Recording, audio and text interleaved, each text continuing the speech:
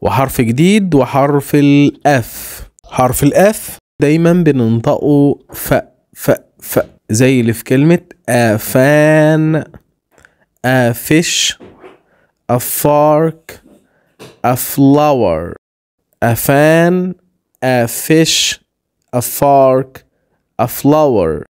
يلا بينا نحط الكلمات دي في جمل. يلا بينا. I have a fan. I have a fan. I have a fish. I have a fish. I have a fork. I have a fork. I have a flower. I have a flower. حرف الجي. حرف الجي اسمه جي، لكن لما نيجي ننطقه بننطقه غالبا جا، بيتنطق جا زي اللي في الكلمات اللي قدامك. a garden, a gate, a girl, a goat. كمان مرة.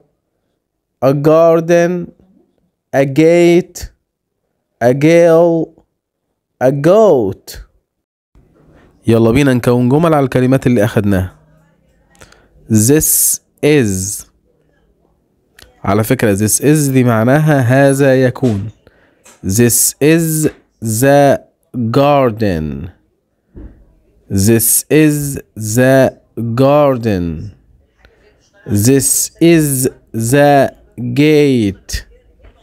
This is the gate. This is the girl. This is the girl. This is the goat. This is the goat.